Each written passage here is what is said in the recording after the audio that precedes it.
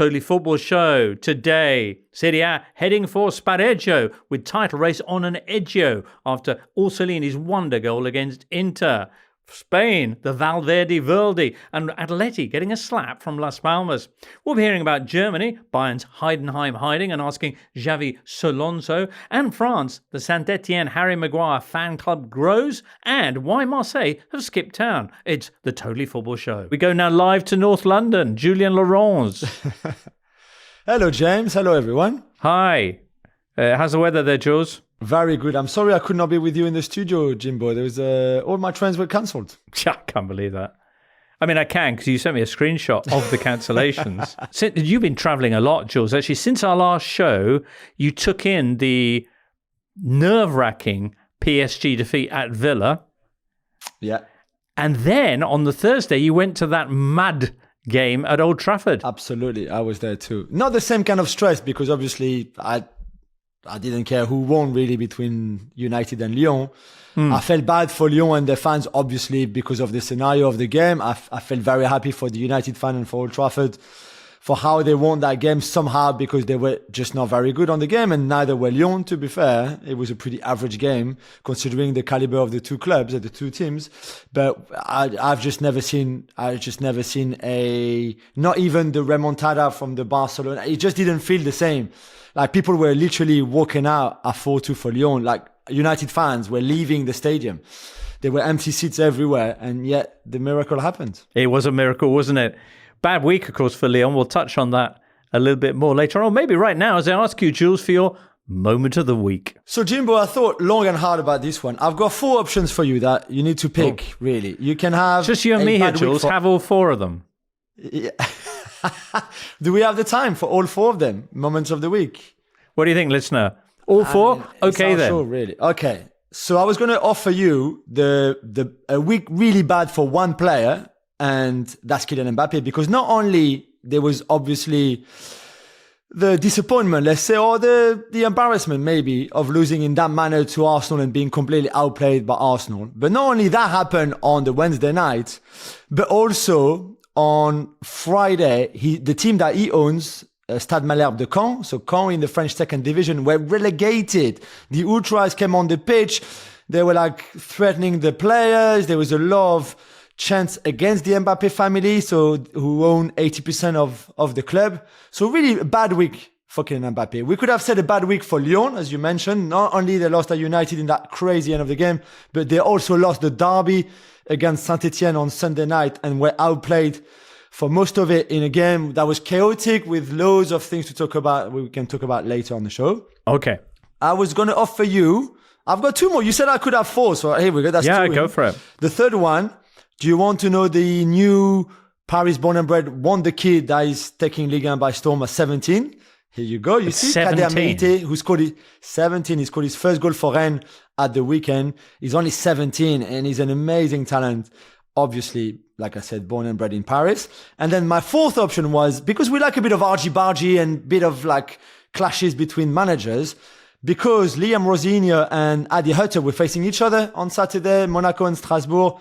And at the end, Rosinha was made to wait 5 minutes on the touchline by Adi Hutter before shaking his hand, and Rosinha was not happy. And he literally laid into Adi Hutter at the end of the game, saying like, no one ever made him wait 5 minutes to shake his hand at the end of the game. To what Adi Hutter also responded that nobody never complained about his handshake at the end of the games. How did he make him wait 5 minutes? Did he keep kind of going, oh, just a second, and then doing something else? Oh, I've just forgotten to... How did he do it? It's almost that, Jimbo. He literally, Adi Hutter, it was a 0-0 draw. There was not much for Adi Hutter to celebrate, really, at home to Strasbourg. But it seems that he had this extended staff that he had to shake hands and hug so much that Liam Rosinha was just waiting there, literally waiting, so Adi Hutter could finish hugging and congratulating, I guess, every member of his staff, of his bench, literally of the whole Principality of Monaco, before turning around and go to see Liam Rosinha. A good, maybe not 5 minutes, but it was a good 2 or 3 minutes after the end of the game. Okay, I was going to ask, was it really 5 minutes, Jules? Was it? It was, but it felt long because, usually it's the end of the game. You're usually quite standing up in your area, quite close to the other guy. You just go straight over, you shake. Exactly. Yeah, especially after a 0-0 draw at home to Strasbourg. Yeah. I think so. That's clearly the moment of the week. Thank you for saving the best one to last. Since our last show, we've now settled the final four in all the European competitions. No German teams involved. None. No, none. And La Liga will be getting 5 Champions League spots, as will the Premier League. Yep. And so we'll be touching on those themes and much more. We'll be hearing about PSG maintaining their unbeaten record and what happened to Lyon and why Marseille are currently in Rome, according to reports. Yeah. Which not much going on in Rome right now. Sure they found finding a hotel easy. It's a great place to go to right now. But anyway, speaking of Italy, let's begin with the events this weekend in Serie A. Max Callegari joins us in a big week for you, Max. Yeah, very big week with the Inter-Milan derby. On Wednesday, Coppa Italia semi-final, second leg. 1-1 the first leg, and now we will see. Inter going for the treble, and AC Milan going to save the season. Inter currently going through more trouble than treble, and a lot of people are going to be watching the derby with interest to see just how tired, how spremuto really the Nerazzurri are. This follows a weekend which saw 4 of the fixtures from Serie A, the Monday fixtures, actually postponed to Wednesday because of the Pope's passing on Sunday. But prior to that, Inter and Napoli had both played, of course, their title rivals. Napoli beating Monza 1-0 with another goal from Scott McTominay, while Inter were beaten at the last minute by Bologna and that man Riccardo Orsolini, meaning the two teams are absolutely level at the top of the Serie A standings. Yeah, and this time Riccardo Orsolini didn't nod in the camera to Luciano Spalletti. Because he didn't call Orsolini for the Italian team, the national team, but he wanted to become one of the choices of the national manager. So he went to the Bologna fans because it was a great goal, another great goal by Orsolini. This is a goal for Bologna to come back at the 4th place and to stay in the Champions League zone. And a poor defense by Inter. There were 7 players, 7 defenders versus 3 of Bologna in their penalty area, and Bologna was able to score the goal the same. So disappointing for Inter because they tried to manage the game at one point. And as we said in the last weeks, also for the Champions League games, they are not so good when managing the game. They have to control the game. This is a difference. There is difference between managing and control, in my opinion. Control the game with more possession and not defending so low as they did in the last minutes. And it's not a case that they concede the goal to Bologna, in my opinion. It was a magnificent goal, though, from Orsolini. As you say, one of many, but this one of those kind of like sideways bicycle kicks. Lovely to watch. So what do you think then about Inter's prospects? This will be their 5th derby meeting with Milan this year. They've not won any of them so far, remarkably. But then again, Milan are not in any great form either, as we saw when they got beaten 1-0 by Atalanta at the weekend. Yeah, beaten by Atalanta, and Sergio Conceição tried for the second time to play after the Udinese game. They won 4-0 in Udine to start the game with 3 defenders because Atalanta play in that way, because Inter play in that way. So he wanted to play the same way of the opponents. But the first half of the game was balanced, Atalanta controlling, but Milan defending very low and defending no more. And then when they tried to attack in the second half, Atalanta in counter-attack was great and scored the goal with Ederson. So other mistakes for AC Milan. Another loss. Now Conceição has worst average points than Fonseca, the previous manager, with the same number of games.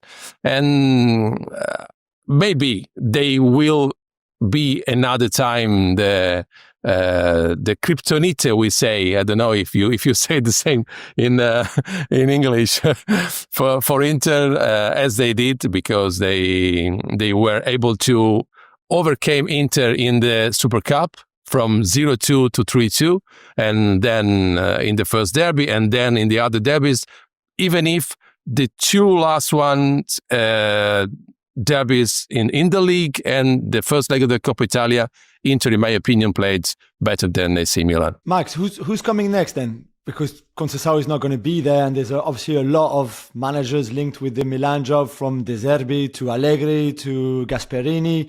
What do you think, and who do you... Ancelotti, of course, maybe.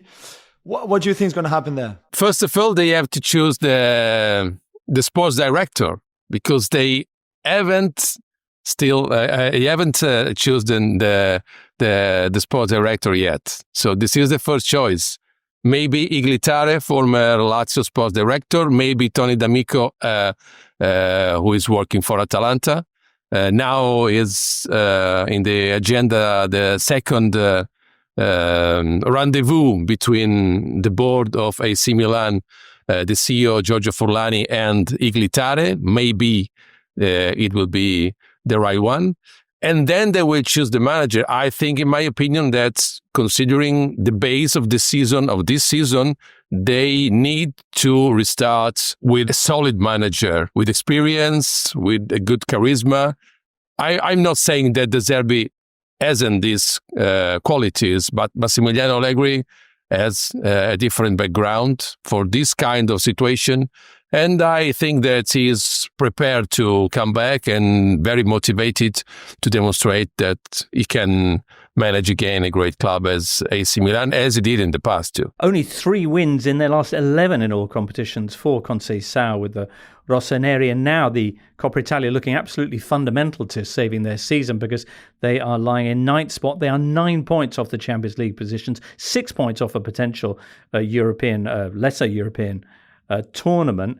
A win in the Coppa Italia would earn them a place in the Europa League, but not only do they have to get past Inter, but quite possibly, or quite probably, Bologna if they do get to the final, because Bologna have got the other half of the semi-finals, and they're already 3-0 up against Empoli and looking pretty good. So that's a huge game coming up on Thursday, I think, for the Bologna-Empoli second leg. Max, if Inter and Napoli finish with the same number of points at the end of the season, what happens? Final game. Final game. Spareggio, as we say. We all want it. I don't know if Napoli and Inter fans want it. So this would be a one-off game held at the after the end of the season on the final weekend of May, and it would be held at the home stadium of the team that had the advantage on head-to-head.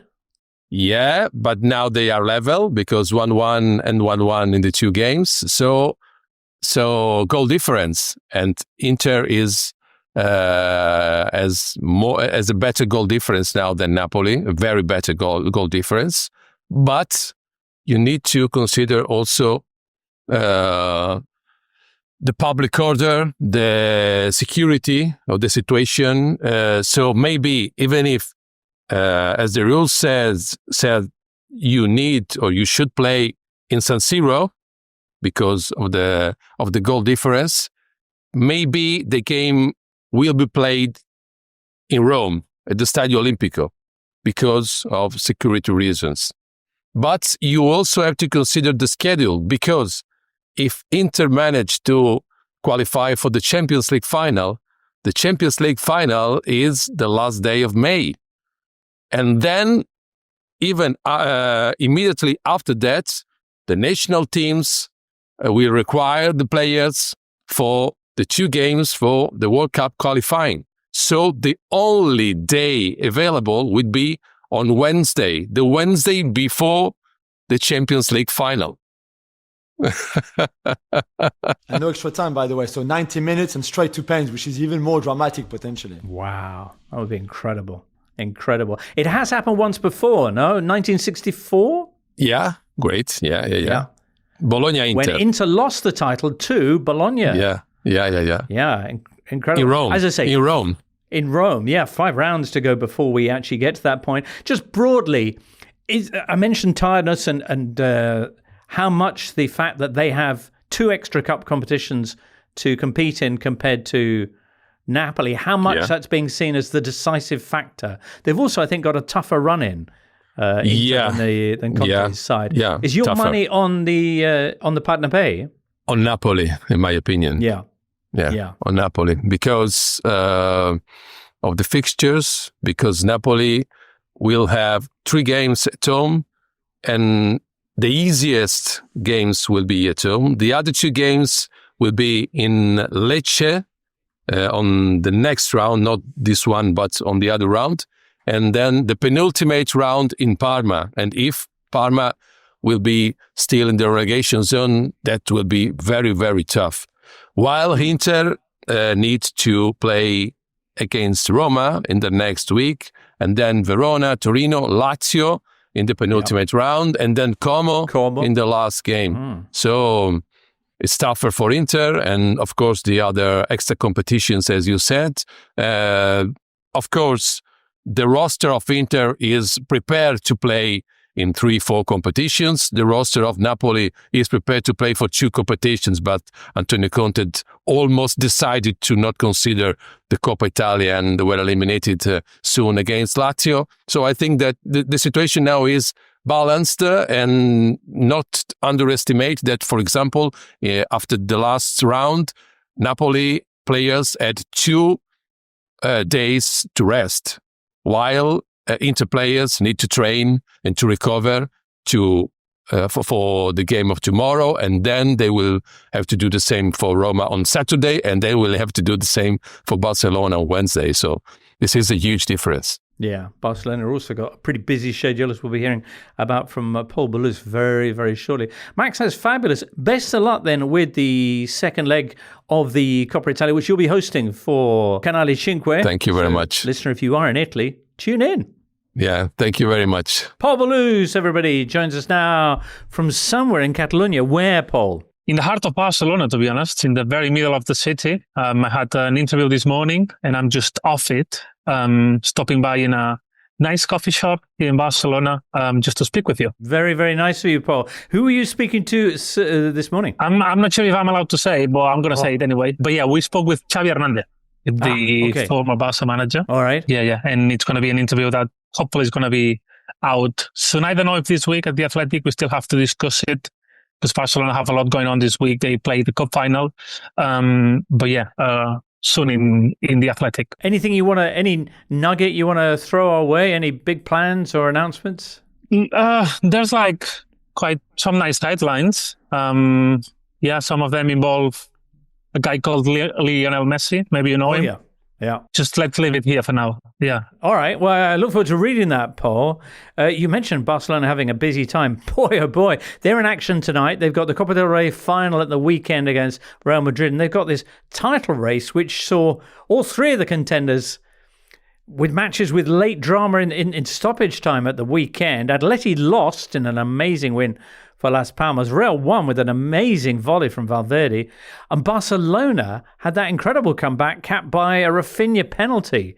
Should we start with that? So this was the 4-3 with Celta Vigo. Yeah. A lot of amazing things happening here in Spanish football. But one of the games that is going to be, in my opinion, a title defining. If Barcelona win the trophy at the end of the season, they are going to remember that weekend as one of the moments where they probably won that trophy. Because Barca players are knackered. Barca players are not at their peak of form. They struggle sometimes just to keep up with the demand of the game because of the schedule that they have. But they still have this team spirit. They didn't play a good game against Celta Vigo. Celta Vigo managed to be 3-1 up at Montjuic, and no one at the stadium could argue that this was unfair. They just deserved that lead. But somehow, Barca still have this belief, this talent, of course, because Flick was able to bring on Dani Olmo and Lamine Yamal from the bench, which are nice additions to give you an extra gear. And they have this team spirit that is basically what they relied on to perform this amazing comeback, which ended up with Barcelona winning 4-3 in a 98-minute penalty scored by Rafinha, who scored 2 goals. Dani Olmo and Lamine Yamal were one of them involved in every one of the 3 goals that concluded this amazing comeback. And one of those wins that when physically Barcelona players are struggling and Flick is complaining about the schedule and everything, having this sort of scrappy wins and hard-fought wins is possibly the best thing that you can ask for from the mental side of things, because now we are at this point that legs might not be able to do some stuff, but if head is able to do it, Barcelona are able to dream big still this season. Barcelona didn't come out of it unscathed, though. One of Hansi Flick's assistants smashed his tablet in the build-up to the winning penalty. And also, perhaps rather more importantly, Robert Lewandowski is out with an injury which may well keep him out for not just the Copa del Rey final, not just the 2 legs against Inter in the Champions League, but also potentially the Clásico against Real Madrid coming up in 2 weeks' time. Yeah. I think that Robert Lewandowski was more hurt than the tablet, if we have to be honest here. Robert Lewandowski had a muscular injury. He had to be subbed off against Celta de Vigo. Barcelona are trying to be very discreet and not revealing anything of the timings and the time frame for him to come back. The expectation when you speak to people at the club and people close to the player is that the normal timing that a player with such an injury in the hamstring should expect out is around 3 weeks. But no one in the club dares to rule him out for the second leg at least against Inter Milan. Lewandowski wants to be there. He's a guy that takes care of himself at the best levels. He's obsessed with being at the peak of his physicality, and he will try to do all his best to be back as soon as possible.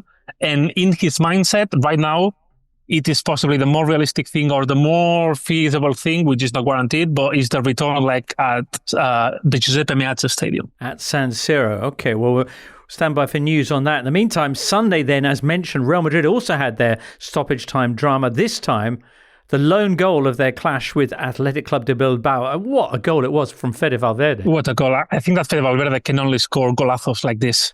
He's only built for that.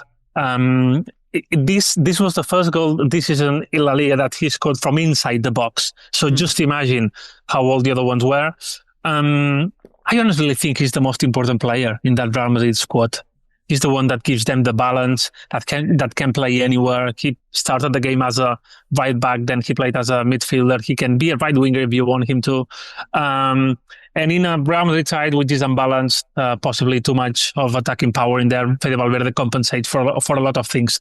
Basically, I think that Real Madrid, they didn't play a good game against Athletic Bilbao, but they deserved the win. They were the better team. Athletic Club, they played with the second unit because they came from the Europa League against Glasgow Rangers. Ernesto Valverde wanted to save some of his players. Madrid were really on top of it, but they lacked a bit of this spark, possibly because of the mood around the club, because the mood is not great. The noise around Carlo Ancelotti is just getting bigger and bigger. Xabi Alonso, of course, is lined up to be the first candidate to replace him. And with all that, it's not the perfect atmosphere or environment possibly to perform, especially with the Champions League exit against Arsenal as well. But that win basically ensured that Real Madrid are still on for the title race, because if they hadn't won against Athletic Club, I would be here saying that the title race is over now. And now Real Madrid are in there as well. They still have the Copa del Rey final too. So still a fair bit to play for in Spain for them. Absolutely. Copa del Rey at the weekend, 4 points between them and Barcelona, but with that clash coming up in 2 weeks' time in the league of those two sides. As for Athletic, getting through against Rangers means that they've booked a semi-final against Man United. What are they saying about that in Spain, Paul? They're quite excited. I think I mentioned, like in summer at the start when we were planning this season, that Athletic Club, they had their focus on the Europa League. They really want to do it. They really want to win it because the final is in San Mamés. They feel that they have a generation to challenge for these sort of trophies. And they're just excited to face teams such as Man United. I think that, the feeling that people in Spain has is that Athletic Club has more than a decent chance to go through. They know that this Man United side is not one of the best in history, to say the least. And they are confident in themselves. And I'm sure that Ernesto Valverde will manage the game load in La Liga to make sure that all the best players are available for selection in the Europa League. We saw that Nico Williams didn't even travel to the Santiago Bernabeu. He didn't even play because, in a way, I think that Athletic Club are in a safe position to be in the top 5 in La Liga at the end of the year. They will be there. But if they can add to that the European glory, so that's going to be glorious for them. Absolutely. Spain now confirmed as having the 5 places in the Champions League, and they're 6 points clear of 6 spots. So yeah, a bit of room to play with there. Now, a little bit further up, Atletico Madrid, you would say, have dropped out of the title race now after their dramatic stoppage-time defeat against our friends Las Palmas. Las Palmas, absolutely. I mean, all the teams in the relegation battles, they seem to be winning now, or they seem to be getting points at least. And that's what Las Palmas did against Atletico de Madrid. I think Atletico de Madrid were poor again. I can tell myself having this feeling that their season was gone after that week when they lost against Real Madrid in the Champions League. And then 3 days after, Barcelona made a remontada at the Metropolitano, which practically knocked them out of the title race as well. So from that point, Atletico de Madrid had not been able to perform at the levels that we should expect from a side with their quality. But that's how it is. I think that everyone in the club knows it now. It's going to be a matter more of like planning next season, I guess, knowing that, Simeone, at the end of the day, they have a talented squad, and if they do things well, they should have capacity to challenge for big trophies in the near future. As for Las Palmas, their second straight win has moved them 1 point clear of the bottom 3. Ooh. It's going to be dramatic, the finale down at that end of the Liga as well. Pol, you've got other things to rush off to, so we look forward to reading your piece, your chat with Xavi soon, and speaking to you next week on the Totally Football Show. It's been a pleasure. Thank you very much. This episode of the Totally Football Show European Edition is brought to you by FedEx. FedEx is an official sponsor of the Champions League. As a trusted global logistics service provider for businesses around the world, FedEx are looking to shine a light on the innovative small and medium-sized businesses working in the football industry that have shaped the game today and are contributing to a thriving future. We call these the FedEx Champions of Business. These businesses have grown themselves while also building a foundation for success for today's clubs and star players, whether that be at grassroots levels, through performance and analytics, or the development of the fan experience, to name just a few. Go to fedex.com/champions for inspiring stories of businesses in football. That's fedex.com/champions. Jules, Ajax watch. Ajax looked like they were on the verge of lifting the Eredivisie title. What a story. But oh my goodness, has a huge collapse just begun? They got beaten 4-0 at Utrecht on Sunday. 9 points now between them and PSV, but the Eindhoven side have a game in hand. So is it on? Yeah, potentially 6. And I mean, Utrecht are having a good season because they are in the Europa League positions. Not they level on points with Feyenoord even. So it was never going to be an easy game for Ajax. But you do wonder. I don't want to blame Jordan Henderson, obviously, but who's at the heart of everything, at the heart of this Ajax team. Maybe they just took their eye off it a little bit because they will win the title. I don't think PSV can come back, really, to be fair, to upset them. But yeah, it was a strange one because they've been so solid and so good lately that just to go and lose that game, was very unusual, really, from Fayoli and his boys. What about Belgium, Jules? What's going on there? It was just a funny story I wanted to share with you, Jimbo, and with the listeners, because we had a top of the table clash between, it's the playoffs between Union Saint-Gilloise and Genk. And Union Saint-Gilloise did really well and were 2-0 up. Then Genk scored a goal to come back to 2-1. I think Union Saint-Gilloise maybe down to 10 men as well. And then towards the end of the game, there's a counter attack for Genk, right? So imagine in your head the counter attack, and on the bench, from the Union Saint-Gilloise bench, a ball was kicked from the bench on the pitch. So you had 2 balls on the pitch. The referee had to stop it. As Genk was counter-attacking and potentially, we don't know, but potentially going for a chance, a goal, whatever, which was mental. Apparently, the story I heard was that, so one of the assistant coaches took the blame and got a red card, obviously, but it could have been the sub goalkeeper on the bench who kicked that ball to stop Genk attacking. The Union Saint-Gilloise reserve goalkeeper, second goalkeeper. And because he didn't want him to be sent off, somebody else took the blame and got the red card. But yeah, crazy. I've just never seen anything like this, really, for a very, very long time. Oh, that's a weirdly disproportionate penalty given the severity of the offence. I would feel like most referees wouldn't actually blow. Yeah, I think it's nothing. No, I'm saying it's not enough. If you're denying your opponents... Yeah, not enough. But I'm quite surprised that the referee blows, unless it's absolutely impossible to continue. I would think with a team on the break, you're not going to... But the ball went it was on the halfway line. The ball was literally in... Yeah, like... Right. Aimed at the other ball, basically. No, it was crazy stuff. Yeah, and it's so unfair play. It is so unfair play, and yet I'm surprised it doesn't happen more often.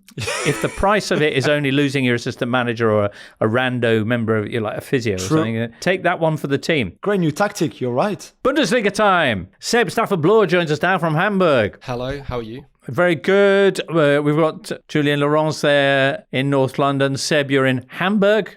Sure am. Nice. Seb, that Bundesliga title race, yeah, done. Can we call it done? Yeah, es ist fertig, Jimbo. I think so. Obviously, Bayern won over the weekend. Yep. Gave Heidenheim an absolute battering in Heidenheim. A hiding. Really, a real hiding in Heidenheim up the hill. Played very, very well, 4-0. Thoroughly deserved it too.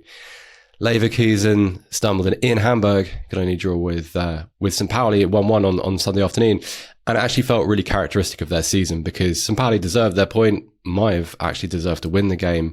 But another game in which Leverkusen went ahead, didn't really take advantage of that lead and letting a goal, had a warning shot because they let in a goal that was disallowed. Bad bit of defending from Jonathan Tah. And then gave up an equaliser. Not disallowed, from a set piece, which is really poorly defended. Really, really poorly defended. And it's that little residual sloppiness which has cost them. 8-point gap now. They used to be the team that scored the late goals, that changed results in the dying minutes, and that's happening to them. Is this being seen as the kind of the end days of the Xavi Alonso regime? I don't think we've quite got to what happens next at Leverkusen because the storyline is still really centred on what happens next to Xabi Alonso. Yeah. And so yesterday, on Monday, Fernando Caro, who's the Leverkusen CEO, was talking at the Laris Sports Awards. And he was asked, of course, about Alonso with rumours that Carlo Ancelotti is done at Real Madrid and heading for Brazil. And he said, we'll probably know within 3 or 4 weeks. The club have a really good relationship with Alonso.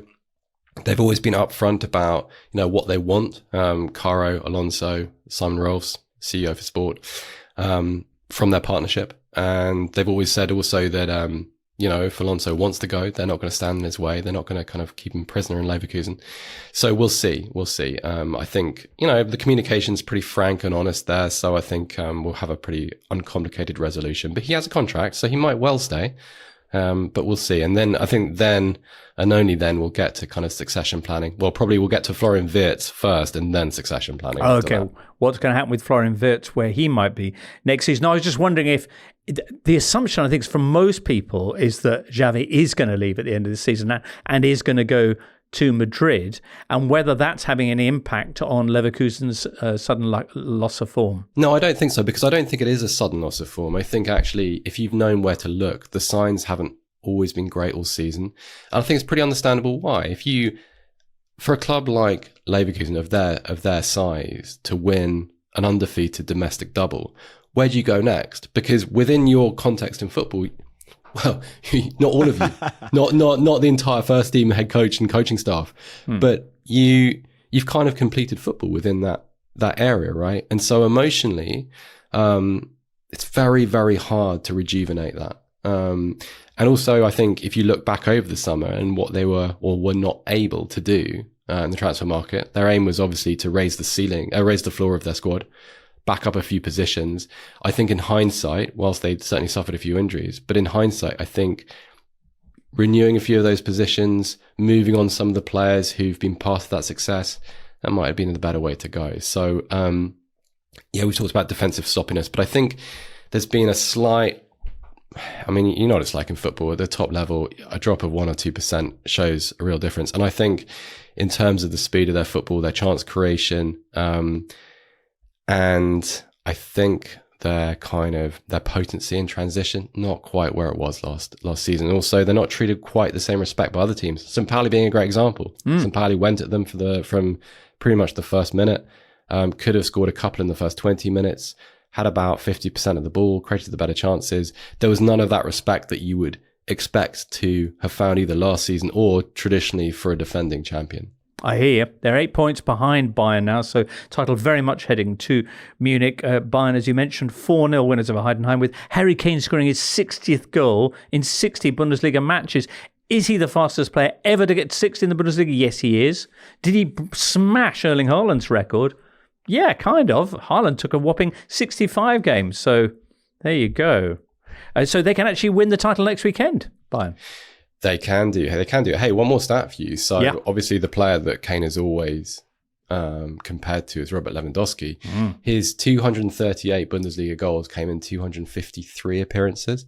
Not quite the same for obvious reasons. Lewandowski played in a much more powerful side during a much more dominant era. But I think it's kind of worth reminding ourselves of just like, to maintain 1 for run as a scoring ratio is pretty impressive. Yes, Bayern can become champions next week. I think something to dwell upon actually is because I was asked yesterday about how do you assess Kane? How do you assess him at Bayern Munich? Who asked you, Seb? On another podcast. It feels like I'm admitting to cheating. Sorry. Yeah, it's okay. We forgive you. And I think what's interesting and what I've been able to kind of watch in Germany is every time Kane doesn't score a goal, it becomes its own little drama. Like every 90 minutes without a goal from open play becomes opens a new narrative. And it's interesting because I remember when Kane signed the day that he completed his move, I was actually interviewing Mario Gomez, and he said the challenge at Bayern Munich is not scoring goals, because you always score goals because of the players around you. The challenge is dealing with when you score twice, people asking why you didn't score 3. And that's been Kane's issue. And I think yes, you can pick holes in his performance. You can find important games where he didn't score. At the same time, he's coped with the kind of the attritional nature of that coverage pretty well, I think. Good way for Bayern to bounce back from their midweek exit last week I'm referring to at the hands of Inter, which means that there are absolutely no German sides whatsoever in any of the European competition's semi-finals. How's that gone down over there, Seb? Not great. There's been a little bit of existential angst and a bit of kind of what does this mean? I haven't seen anybody go full, let's abandon 50+1 and let's have all the investors in now. That we haven't reached that point yet. I think partially because there's been some pretty positive coverage of how Vincent Kompany addressed the Bayern team after that loss in San Siro, when he basically said, it's happened, we're going to win the league, and then we're going to go to the Club World Cup and win that. And so people have kind of jumped towards that. I think in the summer, though, when, for instance, we see German squads not able to be strengthened by spending huge amounts of money. There's not a lot of money at Borussia Dortmund. There's never a lot of money anywhere else other than Bayern Munich. So that's not going to happen. RB Leipzig, if they miss the Champions League, they're going to have to sell at least 2 of their best players. Maybe when the kind of the full power of the Premier League is revealed, and kind of the changes in the spending laws and the kind of the value of commercial deals, when some of those restrictions come off and the Bundesliga is left to spend the summer looking at that, maybe we'll get a few more op-eds and a few more sort of 5,000 word wonderings about where we go from here. Right. The big transfer story in Germany this summer, you kind of touched on it before, is the Florian Wirtz affair. His likely destination rumoured to be the club with money. Even they are going to have to take a bank loan to get him, and it's FC Bayern. What would that mean for Harry Kane, by the way, Florian Wirtz turning up there? A bit of a rejig, because if Florian Wirtz was to play in Bayern Munich, you would have a situation where he'd obviously be playing in that dual number 10 role with Jamal Musiala, and Kane would probably try and mimic Kai Havertz's role for Germany, for Nagelsmann's Germany. It's a strange one. I mean, tactically, there's a lot of parts of Kane's game which work with that, the movement, the dropping deep, the playmaking, quite like that. Worth saying, Jimbo, worth saying at this point, like if I were a betting man, I still think Wirtz will do another year in Leverkusen. Okay. Personally. Fair enough. Just because of the finances. But also, remember, if you're Florian Wirtz, you're a year away from your first World Cup. Missed 2022 with that knee injury, remember? Still developing. No sense yet that he's reached his absolute ceiling at Leverkusen. All these things, yes, they're Xabi Alonso dependent, admit that. But the finances are, I mean, to sign Florian Wirtz, Bayern Munich wouldn't just have to break the German transfer record. They'd have to shatter it. They'd have to add about 55 million euros to it. So it's a huge amount of money at a time when, remember, just extended Alphonso Davies and Musiala for big new contracts. They're also trying to trim their wage bill because it's been, this era has inherited quite a few long, probably overwritten contracts from the Hasan Salihamidzic time. And it's kind of, the focus has very much been on pruning that wage bill. So let's see what happens. But wouldn't be surprised if he stays. Okay. Dortmund continued their excellent run under Niko Kovac. They did go out of the Champions League, but they looked good in that second leg against Barcelona. Also this weekend when they beat Borussia Mönchengladbach 3-2, they're now 4 points off the top four. Guirassy with another goal. That's his 17th of 2025. So nice to see Dortmund hitting a run of form. Can we start to believe, do you think, Seb? Yeah, definitely. Not least because the teams above them are stuttering. So neither Eintracht Frankfurt, Mainz or RB Leipzig managed to win. All three of those dropped points. So Dortmund were able to close the gap. I think also there's signs here, and you mentioned the Barcelona game because, and that's good because our friend Pol Ballús and I had a conversation in the press room after that game where just blown away by how dominant Dortmund were and how powerful their performance was. And there are signs here that they're really buying into Niko Kovac's style of football, which is be solid at the back, play with force and speed when you get the ball, good transitions. They're still to become truly efficient when they go forward. They're still missing a lot of chances, but it's definitely an improvement. And I think whereas previously in the first few months under Kovac, it was a bit it was an awkward marriage because he's not probably what you would consider a traditional Borussia Dortmund coach and style. His form of the game doesn't really match up with what you'd expect to see from a Dortmund team. But some of these players have really adjusted well to him. You mentioned Guirassy, Karim Adeyemi is worth a mention. His 2025 has been pretty good. Felix Mecha is back and fit and playing really well. Conor Chukwuemeka, don't know if he stays beyond the end of the season. He won't actually be at Borussia Dortmund for the Club World Cup. His loan deal doesn't cover that. But Dortmund are really keen to make that permanent if they can. And he's great. The crowd there really respond to him. He's such an aggressive footballer, so fearless, so technically gifted. And he changed the entire tone of their attacking football really when he comes on. And there's lots of good signs. And also one thing to highlight, Nicolas Soulé is playing well again. So Soulé obviously had some mental health issues, put on a bit of weight, was made a little bit of a figure of fun last season, lost his form, had a few really ugly moments earlier in the season, terrible back pass at Holstein Kiel, if you remember, that cost them a goal. He's played great for a couple of weeks now. Really good against Barcelona. It's nice, just on a personal, individual level, it's nice to see a player reclaim their career like that. And, it's been a struggle for him. And he seems to be really benefiting from a coach in Kovac who is absolutely determined to make that work because he's one of Dortmund's highest paid players. So he's not going anywhere on that contract. He's going to be there. So that seems like a little bit of a success story too at the moment. And next week, Frankfurt play Leipzig, don't they? And Mainz go to Bayern. So Mainz aware Bayern. So for Dortmund, who are aware of Hoffenheim, this is a chance maybe to bridge that gap even more because the others play each other or play in a game that they probably won't get anything out of it. So they, with the momentum they have, it's a good time. Absolutely. Jules, like all these other teams are kind of stumbling towards the kind of top four finishing line. And talking Mainz going to Bayern Munich, I interviewed Bo Henriksen, the Mainz head coach, a couple of weeks ago, and he was talking about one of his first games at the club where he lost 8-1 to Bayern Munich in the Allianz Arena. And he said to me, like, any point in my career when I think I've got the game worked out, when I go really full on with the tactical detail and the planning, it always costs me. And he said that week, we'd done everything in so much detail. Like I knew perfectly how we were going to win the game and what we were going to do, and minute by minute, how we were going to strategize. And I was like, 1. And he's like, right, never again. simplify. But they're a wonderful story. They've lost their form over the last couple of weeks, but Henriksen, even if he finishes in a Europa League, Europa Conference League position, definitely in manager of the year territory. He's done wonderful things. Lying sixth at the moment, Mainz. There you go. Oh, Union Berlin are staying up. The point that they conquered this weekend against Stuttgart means that they are guaranteed a 7th straight season in the Bundesliga. Eins, yeah. Erste Bundesliga. That Jimbo. one. And how did that point come about? Through, firstly, an 8-goal first half against Stuttgart. First time ever.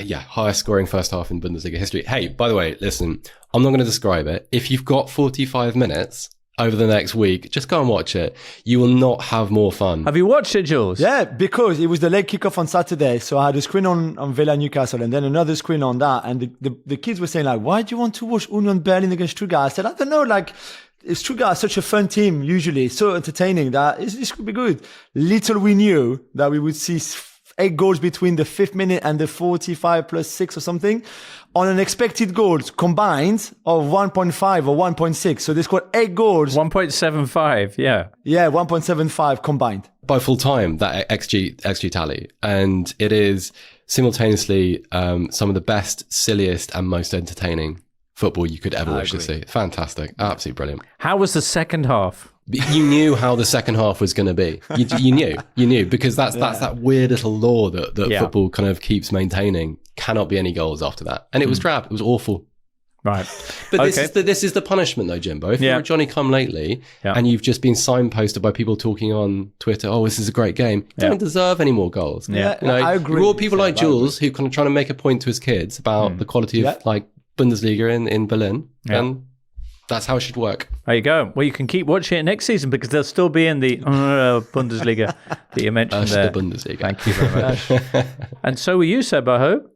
And you'll be there next week as well when we catch up on whether Bayern have won the title and what Xavi's decided and all that kind of thing. And what German clubs are going to do in Europe, of course, in the semi-final. Yes, indeed. Seb, thank you so much for joining us today. Have a great week in the meanwhile. You too. Bye, Jimbo. Bye, Jules. Well then, listener, another Totally Football show is wrapped up with that. Many thanks to Seb and Pol and also Julien, of course, and Max for joining us earlier with all their nuggets from around Europe. We'll be back slightly earlier next week because it's ahead of the Champions League semi-final, so hopefully you'll be joining us for that. In the meantime, from all of us here, it's goodbye. The Totally Football Show podcast is available 3 times a week, bringing you all the football news you could reasonably be expected to care about. We've got views, we've got stats, we've got analysis, we've got some of the best football writers around, and the whole thing is absolutely free. So have a listen on Spotify or Apple Podcasts or all the usual places by clicking on the link below.